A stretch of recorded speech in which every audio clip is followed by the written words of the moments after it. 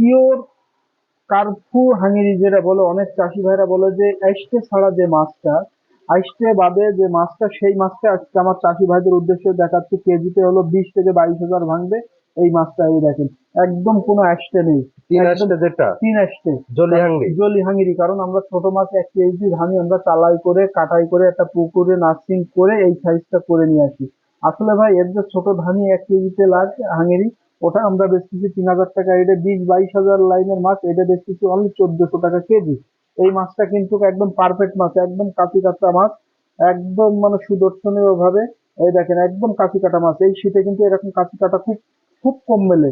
আমরাও বানাতে পারি, আমরাও ঠিক মতন বানাতে পারি না। তা আল্লাহর অশেষ রহমতে অনেক সময় ট্রিটমেন্টের কারণে কিন্তু পরিচালনার পর্যাপ্ত পরিচালনা হলে কিন্তু এই মাছটা কিন্তু কাঁচি কাটা হয়। দেখেন মাছের কোয়ালিটি, এই এক মাছ সাইজ মাছ তো একদম। একদম ফুল এক সাইজ।